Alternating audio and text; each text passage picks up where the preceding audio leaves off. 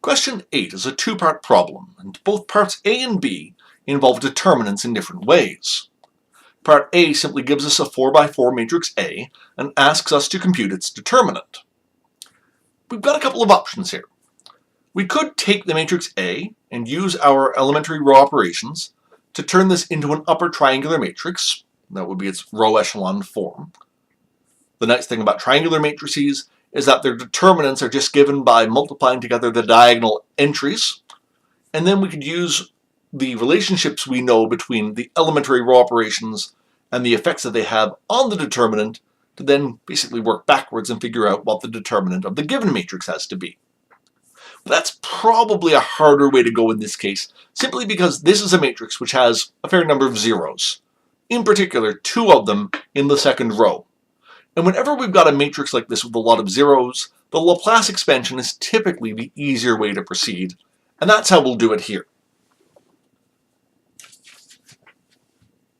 So for 8A then, we're going to say that the determinant of this matrix A, expanding along that second row, and bearing in mind the pattern of the cofactors, is going to be, well, it's going to be that first entry in the second row, the 2, but because it's of its position in the cofactor pattern, we have to think of that as -2 times the 3x3 determinant that we obtain by crossing off the second row and the first column, and that leaves us with the matrix 2, -2, 1,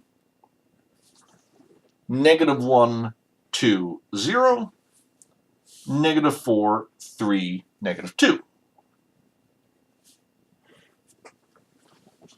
Plus, from the second entry of that second row, we'll have 0 times the determinant, but we don't care what determinant that is, because it's going to get multiplied by 0, which has to give us 0.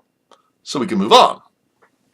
Then minus, again, the pattern of the matrix of cofactors, so minus the third entry of the second row, which is 0 again times some determinant, and again, we don't care what that is, because that's going to give us 0. And then plus 4 times the determinant that we obtain by crossing out the second row and the fourth column, which will be 1, 2, -2, 3, -1, 2, and 0, -4, 3. So that's not too bad. It means that in order to compute this 4x4 determinant, because we're expanding along the second row, which is our best option, we have 2 3x3 determinants to work out. So I'll work these out individually. So first of all, doing them in order.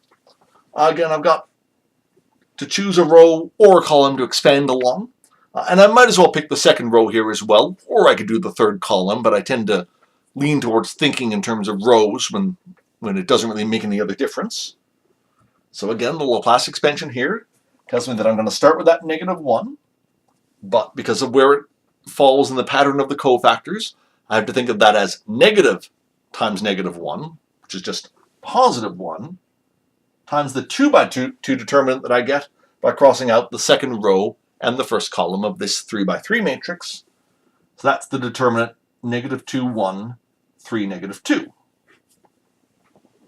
Then plus 2 times the matrix that I get by crossing off the second row and the second column, which is 2, 1, -4, -2, and then minus 0 times something, which is 0. So that's going to be 1 times. So this determinant is going to be -2 times -2 is 4, minus 3 times 1, 4 minus 3 is 1, plus 2 times. So this determinant is going to be -4 minus -4 is 0. And so in fact, that first 3x3 determinant just works out to be 1. The other 3x3 determinant, again here we've got a couple of choices of how we want to expand. We could choose the first column or the third row, because that's where the 0 falls, I'll pick the third row again, just because I tend to lean towards using rows. So thinking about the pattern of the matrix of cofactors, that's going to be plus 0 times something, which is going to be 0, minus -4 times the determinant that I get by crossing off the third row in the second column. That's 1, -2, 3, 2, plus 3 times the determinant that I get by crossing off the third row and the third column, which is 1, 2, 3, -1. And so, dropping the 0, I'll get 4 times the determinant, which would be 1 times 2 is 2, minus 3 times -2, that's 2, minus -6 is 8, plus 3 times the determinant, let's see, that'll be 1 times -1 is -1, minus 3 times 2 is 6, minus 1 minus 6 is -7. So that's 32 minus 21 is 11. So, putting all this back together then, this tells me that the determinant of A is going to be -2 times 1 plus 4 times 11. That's -2 plus 44. That's 42. And there's part A done. Part B gives us a general 2 by 2 matrix, again called A, with entries A, B, C, and D. And then another matrix which is basically formed from the entries of A. B has as its first row A plus C and 2 times C, and as its second row B plus D and 2 times D. We're told that the determinant of A is 2, and so we want to use that information to find the determinant of A squared times B transpose times A inverse. So there's a couple of things that we need to do here. The first thing we can do is take that last expression, the thing that we're actually trying to calculate, and simplify it using the properties of determinants. So the determinant of A squared times B transpose times A inverse. Well, first of all, we can write that as the determinant of A squared times the determinant of B transpose times the determinant of A inverse. And remember, each of these determinants is just some constant. The determinant of A squared, well, the determinant of a product, as we really just used here, is the product of the determinants. So the determinant of A squared is the determinant of A times the determinant of A, which is the determinant of A squared.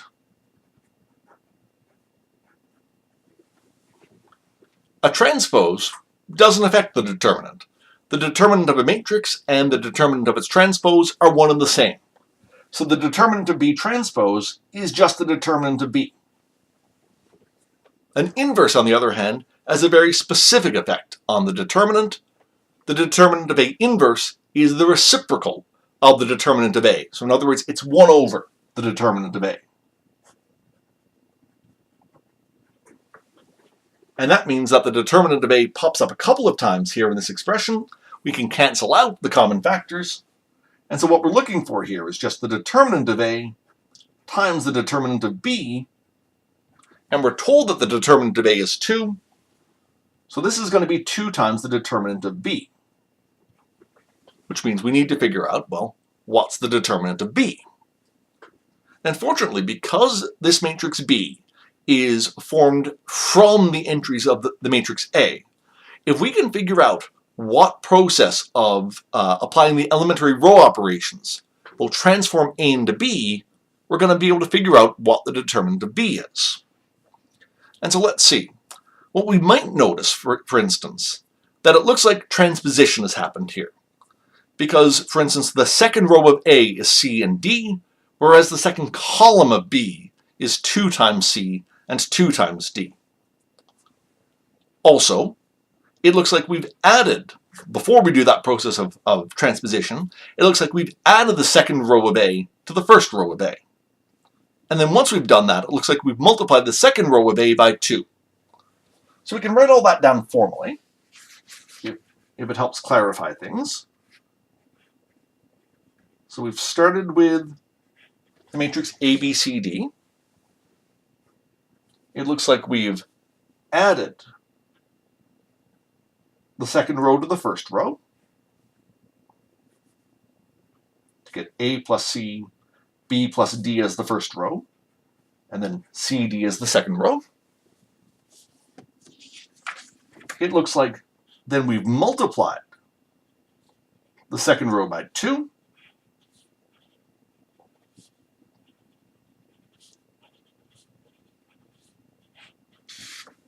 and then it looks like we've taken the transpose. And as we've just said, a transpose really doesn't affect a determinant anyways, so we can pretty much ignore that part.